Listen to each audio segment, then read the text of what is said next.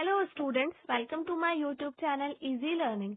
इस वीडियो में हम BEGG 172 बुक का कोर्स कोड है और इस बुक का नेम है लैंग्वेज एंड लिंग्विस्टिक्स। इसके फर्स्ट यूनिट के मोस्ट इंपॉर्टेंट क्वेश्चन पर डिस्कशन करेंगे। तो गाइज, ये इस यूनिट का थर्ड मोस्ट इंपॉर्टेंट क्वेश्चन होने वाला है। इससे पहले दो और मोस्ट इंपॉर्टेंट क्वेश्चन की वीडियोस में अपलोड कर चुकी हूँ। अगर आपने वो नहीं देखे तो प्लीज चैनल के प्लेलिस्ट में जाकर आप वो देखिए। उन वीडियोस का लिंक भी मैं इस वीडियो के डिस्क्रिप्शन में डाल दूंगी। सो बेसिकली हमारा जो ये चैप्टर है, ये यूनिट है, ये लैंग्वेज के बारे में, ये बुक भी हमारी लैंग्वेज के बारे में, और इस यूनिट का नाम भी है what is language, unique features of human language.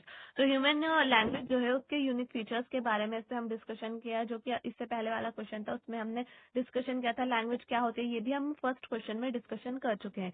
So guys, इसलिए आपके लिए वो वीडियोस देखना इम्पोर्टेंट हो जाता है, क्योंकि उसमें हम बेसिक चीजें कर चुके हैं। अब इस वीडियो में हम लैंग्वेज के ओरिजिन के बारे में पता करेंगे, जानेंगे कि लैंग्वेज की ओरिजिन कहाँ से हुआ और उसकी थ्योरीज कौन कौन सी थी जिससे हमारी जो लैंग्वेज है उसका ओरिजिन हुआ।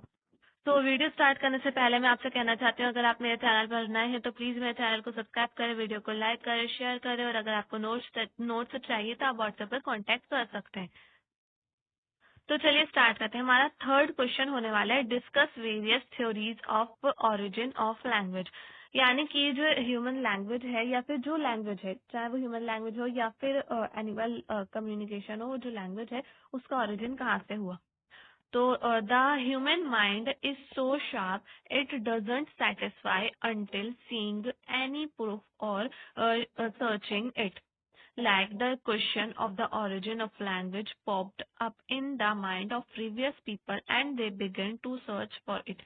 मतलब ह्यूमन माइंड होता है वो बहुत ज्यादा शार्प होता है, वो जब तक सेटिस्फाई नहीं होता, जब तक वो खुद से कोई प्रूफ ना देख ले, खुद से सर्च ना कर ले, और उसके माइंड में ये क्वेश्चन आता है कि जो लैंग्वेज है उसका ओरिजिन कहाँ से हुआ।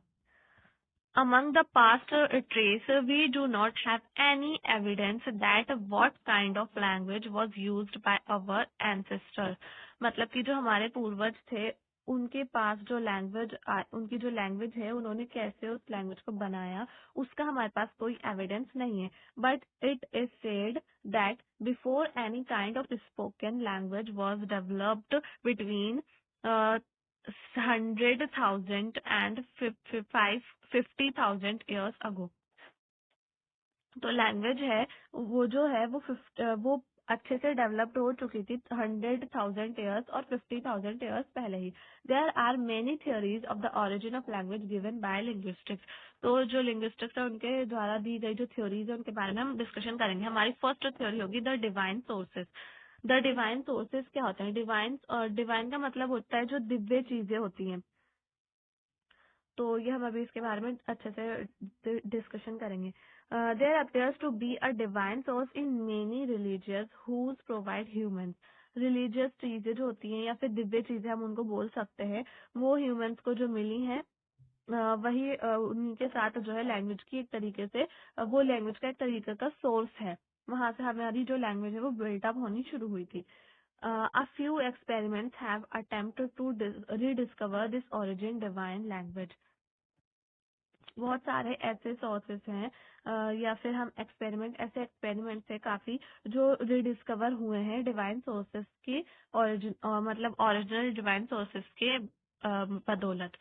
The hypothesis was that if infants were allowed to grow up without hearing any language around them, then they would spontaneously being using the original God given language। तो इसमें एक तरीके से ये अनुमान लगाया जाए, हम कह सकते हैं कि कल्पना की जाए कि अगर जो छोटे छोटे बेबी होते हैं उनको अगर बिना कोई भी लैंग्वेज सुने बड़े होने दिया जाए, मतलब कि जैसे छोटे छोटे बेबी होते हैं वो अपने आसपास की जगह पर जो भी अपने पेरेंट्स से लैंग्वेज सीखते हैं या फिर उनके सराउंडेड जो भी चीजें होती हैं, जो भी लोग बोलते हैं जैसे भी लैंग्वेज, वो वैसे ही लैंग्वेज सीखते हैं। तो ये पता लगाने की कोशिश की गई कि जो छोटे बेबी हैं उनको बिना कोई भी लैंग्वेज सुने ऐसी जगह पर रखा जाए कि जहाँ पर वो कोई भी लैंग्वेज ना सुने। तो उनको बिना कोई भी लैंग्वेज सुने अगर बड़े होने दिया जाए तो हम पता लगा सकते हैं कि जो ओरिजिनल गॉड के द्वारा जो दी गई लैंग्वेज है वो क्या है। अब इसके बाद सेकंड जो पॉइंट है वो है the natural sound source. The theory of language developed, Jasperson say that primitive words derive from imitation of natural sound that early men and women heard around them. The human auditory system is already functioning before birth. तो जो Jefferson एक तरीके से हम विद्वान कह सकते हैं उनको, जो कि रिसर्च करने वाले होते हैं, वो लैंग्वेज पर रिसर्च कर रहे थे। तो उन्होंने ये थ्योरी दी कि जो मैन एंड वुमेन है, वो उनके अंदर जो उनकी हेयरिंग पावर थी, ऑडिटरी सिस्टम था, वो बर्थ से पहले ही फंक्शनिंग करने लगता है, और वो इतना अच्छा होता है कि उन्होंने जो अपने आसपास की चीजें सुनी, नेचुरल साउंड सुने, वहीं से ही उनकी लैंग्वेज जो होती है उसका ऑरिजिन होना स्टार्ट हो गया। अब ये एक थ्योरी देते हैं, the bow theory. In English, cuckoo and cuckoo are example of onomatopoeia. The names of the things are associated with their sounds, where a human tries to imitate the sounds of objects made by other humans. In addition to the cuckoo, we have splash, bang, boom, rattle, hiss, screech, and of course bow. These are onomatopoeic sound. The names of the things are associated with their sounds. तो इन्होंने जो बोवो theory दी थी बहुत ज्यादा important हो जाती है आपके लिए। अगर आपके एग्जाम में क्वेश्चन आ जाता है ओरिजिन ऑफ लैंग्वेज वाला, तो उसमें आपको ही लिखना पड़ेगा। आई होप आपको समझ आ गया होगा। अब थर्ड है इसका, the social interaction source. According to this theory, ancient humans who lived in large groups because of protection and survival used to work in a group, so they might generate a set of grunts, humps, curses, choruses, and groans for calling each other. But it does not answer the question of the origin of language, as animals like chimpanzees also used to call each other by using those sounds, but they did not initial speaking language. So देखिए, ये मैं आपको समझाती हूँ। ये जो social interaction theory है, इसमें ये कहा जाता है, लोग कहते हैं कि जो ह्यूमंस थे वो पुराने टाइम में जब लैंग्वेज जो थी उसका ओरिजिन नहीं हुआ था, तब वो एक दूसरे को बुलाने के लिए, एक दूसरे को मतलब एक दूसरे के साथ रहने के लिए, अपनी बात समझाने के लिए वो अजीब अजीब सी जो आवाजें, घुर्राने की, गुड़गुड़ाने की, ऐसी आवाजें निकालते थे। लेकिन कुछ लोग ये मानते हैं कि ये जो थ्योरी दी गई है, सोशल इंटरेक्शन सोर्स बताया गया है, ये इतना ज्यादा इम्पोर्टेंट नहीं है, क्योंकि जो बाकी के एनिमल्स होते हैं वो भी एक दूसरे को सिग्नल्स देने के लिए इस चीज का प्रयोग करते हैं, इस चीज का उपयोग करते हैं। तो वो उनकी तो कोई भाषा नहीं बनी, उनकी तो कोई लैंग्वेज नहीं बनी, तो ह्यूमंस की लैंग्वेज कैसे बन गई? तो इसलिए ये वाला जो थ्योरी है इसको ज्यादा इम्पोर्टेंट नहीं माना जाता है। अब फोर्थ पॉइंट है the physical adaptation source. Physical adaptation source वो होता है जब भी हम अपने आसपास, मतलब कि जब कोई स्पीच दी जा रही होती है, तो सामने वाले इंसान जो है वो स्पीच दे रहा है, वो किस तरह से दे रहा है, उसका एक वे ऑफ टॉकिंग क्या है, उसके फिजिकल जेस्चर्स क्या है, पोस्टर्स क्या है, तो उसमें वो सब चीजें देखकर हम दूसरों से सीखते हैं। तो ये वही है फिजिकल एडेप्टेशन सोर्स, दूसरों से सीखना। Instead of looking at types of sounds as the source of human speech, we can look at the types of physical features human speech. We can look at the types of physical features human possess, especially those that are distinct from other creatures which may have been able to support speech production. तो ये आपको समझ में आ गया होगा, जब भी कोई स्पीच देता है तो उससे जो सीखा जाता है वो फिजिकल एडेप्टेशन। जैसे कि इसमें टिथ आ गए, लिप्स आ गए, वो जो टिथ है उनका जो बात करने का तरीका, उस समय टिथ की किस तरह से है टिथ, जैसे कि मैं अभी पढ़ के बताते हैं, आपको समझ आ जाएगा। Teeth, human teeth are upright, not slanting outwards like those of apes, and they are roughly even in height. They are very helpful in making sounds such as fa और ba. तो टिथ जो होते हैं वो हमें help करते हैं sound making करने में, जैसे कि एफ और वी का साउंड जो होता है वो निकालने में हमें हेल्प करते हैं। फिर नेक्स्ट है second point, lip. Human lips have much more complicated muscles than is sound in other creatures, and their flexibility certainly helps in making sound be like P and B. तो lips जो होते हैं वो भी हमें sound making में बहुत ज्यादा हेल्प करते हैं। जैसे कि पी और बी का साउंड, वो हमें पी और बी का साउंड जो होता है वो ऐसा साउंड होता है जिसको हमें निकालने में सिर्फ लिप्स ही हमारी हेल्प कर पाते हैं।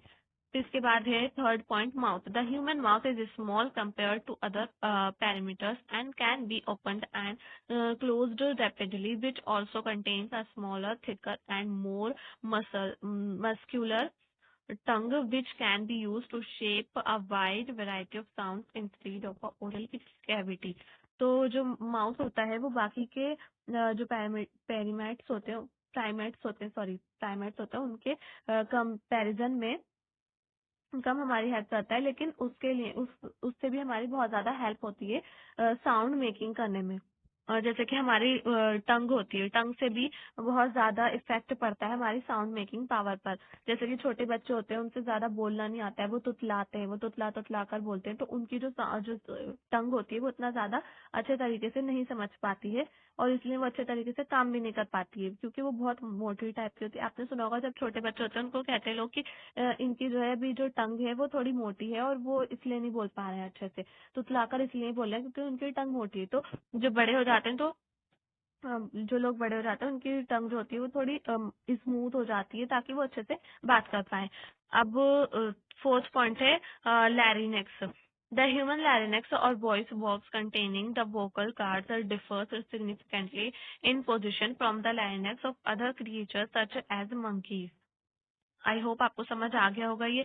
अब इसके बाद मैं ज्यादा डिटेल में नहीं समझा रही हूँ, इसके बाद क्योंकि काफी लंबा है ये क्वेश्चन का आंसर, तो लेंथी हो जाएगी वीडियो।